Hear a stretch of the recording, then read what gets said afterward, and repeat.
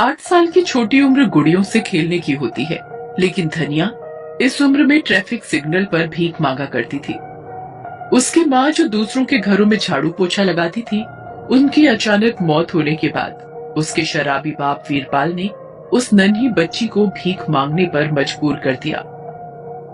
भगवान के नाम पर कुछ पैसे दे दो भैया, इस गरीब पर तरस खाओ भैया। ए भिखारन, चल भाग यहाँ से। धनिया की किस्मत में किसी के 1-2 रुपए होते तो किसी की गाली और दुत्कार। जिस दिन वो कम पैसे लाती, उसका बाप उसकी बेल्ट से पिटाई करता।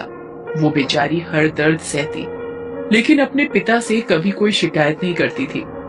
एक दिन धनिया को बहुत भूख लगी थी, तो उसने 5 रुपए के चने खरीदे, कुछ खुद खाए और कुछ अपने पिता के लिए रख लिए। शाम को वो जब घर पहुंची तो, बाबा ये देखो, मैं आज आपके लिए चने लाई हूँ। चने?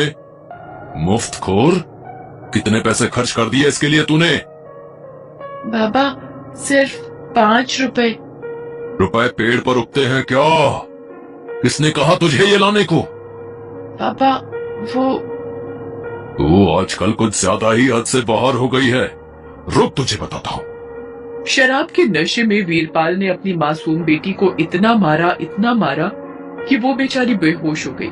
उसका पूरा शरीर लाल पड़ गया था और उसे बुखार भी आ गया, जिसके कारण वो अगले दिन सुबह जब देर तक सोती रही तो वीरपाल गुस्से में उसके पास गया। बड़ी बेशर्म है तू। तेरा बाप यहाँ जाग गया और तू खाट तोड़ रही है। पापा पूरा शरीर दर्द कर रहा है, देखो ना, लाल लाल निशान भी पड़ गए हैं। देखो, मेरे सामने तो ये सब नौटंकी मत किया करो, नहीं तो इसका इलाज मुझे अच्छे से आता है। बोलो तो कर दो इलाज फिर से। पिटाई के डर से बेचारी धनिया उस बुरी हालत में भी भीख मांगने निकल गई, लेकिन उसके पैर नहीं उठ रहे थे। थोड़ी ही देर में उसे चक्कर आ गया और वो रास्ते में बेहोश होकर गिर गई। उस रास्ते से न जाने कितने लोग गुजरे, लेकिन ज्यादातर लोग उसे अनदेखा कर निकल गए। हालांकि कुछ लोगों ने उसे कुछ पैसे भी दिए। उन पैसों से वो बाप के लिए शराब खरीद कर ले गई। समय यूं ही बीतता रहा। धनिया कभी आधे पेट तो कभी खाली पेट रहकर अपने पिता की शराब की जरूरत पूरी करती रही। समय तेजी से बीत रहा था। धनिया की उम्र अब 17 साल की हो गई थी। अब वो अपनी माँ की तरह ही लोगों के घर जाकर झाड़ू पोछा किया करती। एक दिन जब वो दूसरे के यहाँ काम करने जा रही थी, तो वीरपाल का मुंबई में रहने वाला दोस्त कुंवरपाल अपनी लंबी सी कार से उसके घर आया। वो धनिया को अजीब नजरों से घूर रहा था। और भाई कुंवरपाल, मुंबई जाकर तो तू सेट हो गया। ये कपड़े, ये स्टाइल, ये तेरी गाड़ी, अरे लॉटरी लग गई क्या भाई तेरी? अरे कोई लॉटरी नहीं, मेहनत की कमाई है भाई। कुंवरपाल, तेरे साथ पिए हुए बहुत दिन हो गए भाई। चल मंडली जमाते हैं। ओए, मैं तेरे जैसी देसी नहीं पीता, इंग्लिश पीता हूँ, इंग्लिश है। चल तू मेरे साथ चल आज, मैं तेरे को पिलाऊंगा और मस्त खाना भी खिलाऊंगा। चल भाई, ये इंग्लिश दारू तो मस्त है। तू चाहे तो ऐसी इंग्लिश दारू तू भी पी सकता है। अरे तुझे चढ़ गई है क्या? मैं कहां से पीऊंगा ऐसी महंगी शराब? देख भाई, तू मेरा बचपन का यार है, मैं तेरे भले की ही बात बोलूंगा। तू अपनी धनिया की शादी कर दे। तेरा दिमाग खराब है क्या? उसकी शादी कर दूंगा तो मेरा घर कौन चलाएगा? मेरी दारू का खर्चा कौन उठाएगा? अरे पहले सुन तो, मेरे साथ मुंबई से मेरा एक पार्टनर मनीष भी आया है। वो बहुत अमीर है। उसने तेरी बेटी धनिया को देखा भी है, वो उसे बहुत पसंद है। मैं उससे तेरी बेटी की शादी करवा देता हूँ। वो तुझे बदले में 5 लाख रुपए देगा। 5 लाख? शादी के लिए? देख, उसे गांव की लड़की से ही शादी करनी है, इसलिए वो पैसे दे रहा है। तुझे मंजूर है तो बोल, नहीं तो और भी रिश्ते हैं। धनिया की शादी मनीष से हो गई। मनीष ने 5 लाख रुपए वीरपाल को दे दिए। 2 दिन बाद मनीष धनिया को ट्रेन से मुंबई लेकर चला गया। 17 साल की धनिया आंखों में नए सपने लिए मुंबई पहुंची। मनीष उसे बहुत प्यार करता था। वो पुरानी सारी तकलीफ भूल गई। लेकिन एक सप्ताह के बाद ही धनिया, मुझे जरूरी काम से 3 दिनों के लिए बाहर जाना है। मैंने तेरे लिए सब इंतजाम कर दिया है, तुझे किसी चीज की दिक्कत नहीं होगी। आपके बिना इतने दिन कैसे कटेंगे? अनजान शहर है ये, गांव होता तो कोई दिक्कत नहीं होती। अनजान क्यों? अब तेरा घर तो यही है ना, और 3 दिन की ही तो बात है। फिर तो मैं हूं ही तेरी सेवा में हाजिर। मनीष धनिया को छोड़कर चला गया। लेकिन उस दिन दोपहर के समय जब धनिया सो रही थी तो एक अनजान आदमी ने उसके कमरे का दरवाजा खटखटाया। उसने दरवाजा खोला। वो आदमी जबरदस्ती उसके घर में घुस गया और दरवाजा बंद कर दिया। अरे भैया, कौन है आप?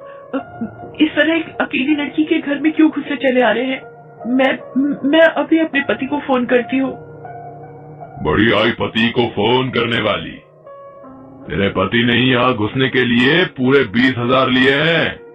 चल अब नाटक बंद कर और मुझे खुश कर। ये आप क्या कह रहे हैं? मेरी तो कुछ भी समझ में नहीं आ रहा।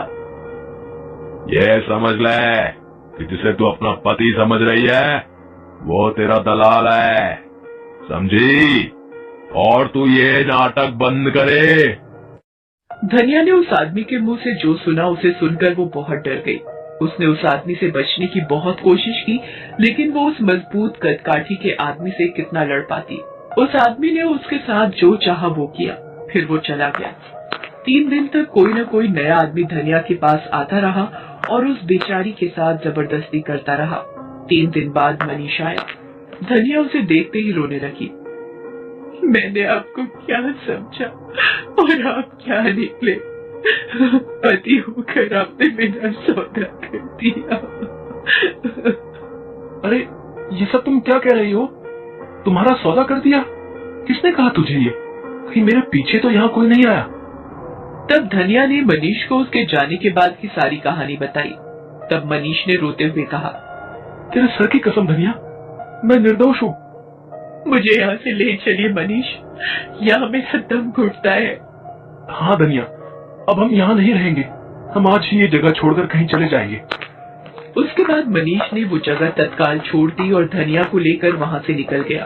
फिर वो उसे लेकर एक नई जगह पर गया, लेकिन पता नहीं क्यों धनिया को उस इलाके में अजीब सी घबराहट होने लगी थी। ये आप कहाँ ले आए? ये जगह मुझे बिल्कुल ठीक नहीं लग रही है। क्या अब हम यहाँ रहेंगे? धनिया, यहाँ मेरा एक दोस्त रहता है। अभी कुछ दिन हमें यहीं रहना होगा। तुम थोड़ी देर यहाँ रुको, मैं उसे बाहर लेकर आता हूँ। उसके बाद मनीष एक बड़े से घर के अंदर गया। उसने धनिया को बाहर ही इंतजार करने के लिए कहा। असल में मनीष धनिया को कोठे पर बेचने लाया था। उसने 10 लाख में उसका सौदा कर दिया और पिछले रास्ते से वहाँ से निकल गया। धनिया बहुत देर तक उसका बाहर इंतजार करती रही, लेकिन वो नहीं आया। कुछ देर बाद कुछ बदमाश से दिखने वाले लोग बाहर आए और धनिया को पकड़कर अंदर ले जाने लगे। अरे मुझे आप लोग कहाँ ले जा रहे हैं? देखिए ये घर मेरे पति के दोस्त का है। मैं आप लोगों की शिकायत करूंगी उनसे। छोड़ो मुझे। मनीष मुझे बचाओ। वो गुंडे उसे पकड़कर अंदर ले गए। अंदर एक अजीब सी दुनिया थी। कई सारी लड़कियां अजीब स्थिति में इधर उधर घूम रही थी। तभी एक औरत जिसका नाम रीटा आंटी था, उसकी कड़कदार आवाज गूंजी, ए लड़की, अपना भोपू बंद कर, नहीं तो इतना मारूंगी कि मुंह से आवाज निकलनी ही बंद हो जाएगी। देखिए मुझे छोड़ दीजिए, मुझे मेरे पति के पास जाने दीजिए। पति? तेरा पति तुझे 10 लाख में मुझे बेचकर चला गया। आज से मैं जो कहूंगी तुझे करना होगा, समझी? नहीं तो नरक क्या होता है वो तुझे यही देखने को मिल जाएगा। आज से तेरा काम है ग्राहकों को खुश करना, और वो कैसे करना है यहाँ की लड़कियां तुझे बता देंगी। धनिया सच में नरक में आ गई थी। यहाँ हर दिन कई सारे लोग उस असहाय लड़की के साथ जबरदस्ती करते और वो बेचारी सब कुछ सहती। उसे कई बार वहाँ से भागने का मन हुआ, लेकिन रीटा के गुंडे हमेशा सभी लड़कियों पर अपनी नजर बनाए रखते। धनिया एक लाश बनकर रह गई थी वहाँ, जिंदा लाश। उस 4 दीवारी में उसकी चीख गूंज कर रह जाती। दुख के बादल छटने का नाम ही नहीं ले रहे थे, लेकिन एक दिन ये बादल छटे। असल में हुआ ये कि एक दिन जब दोपहर में रीटा आंटी सो रही थी, तब वहाँ रोज की तरह सोहन चाय देने के लिए आया। उसने रीटा आंटी को सोता हुआ देखा तो वो सीधा धनिया के कमरे में चला गया और उसने धनिया को कहा, धनिया चल भाग चले यहाँ से चल। धनिया सुनकर हैरान थी, पर फिर भी उसने हिम्मत करके पूछा, आप कौन है? आप मुझे क्यों बचाना चाहते हैं? मैं सोहन चाय वाला हूँ और मैं तुमसे बहुत प्यार करता हूँ। मैंने तुम्हें जब पहली बार देखा था तभी से मैं तुमसे प्यार करता हूँ। मुझसे तुम्हारा दुख और कष्ट देखा नहीं जाता। मैं हमेशा से ही मौके की तलाश में था कि मैं तुम्हें यहाँ से कैसे आजाद कराऊं। पर हम यहाँ से भाग नहीं सकते क्योंकि रीटा आंटी के सभी गुंडों ने चारों तरफ से घेर रखा है। हर जाने आने वाले रास्ते पर आंटी जी के बहुत से गुंडे पहरा दे रहे हैं। हम पकड़े जाएंगे। ये लो। मोबाइल? ये किसका मोबाइल है? तुम कैसे इस जगह तक मोबाइल ले आए? ये मोबाइल तो रीटा आंटी का है। वो सो रही थी, मैं चुपचाप से ये मोबाइल उठा लाया। अब तुम जल्दी से पुलिस को फोन कर दो जिससे कि वो हमारी कुछ मदद कर सके। धनिया तुरंत फोन करके पुलिस को सब कुछ बता देती है और थोड़ी ही देर में पुलिस वहाँ पहुँच जाती है। कोई भी यहाँ से हिलने की कोशिश नहीं करेगा। हमने इस इलाके को चारों ओर से घेर लिया है। पुलिस रीटा आंटी और उसके गुंडों को पकड़ कर ले गई। वहाँ पर कई सारी बंधक लड़कियों को पुलिस ने छुड़वाया। धनिया अब एक नारी निकेतन में रहती है। वो वहाँ सिलाई सीख रही है। ये सीख कर वो लोगों के कपड़े सिलेगी, लेकिन अपनी जीवन और किस्मत का फटा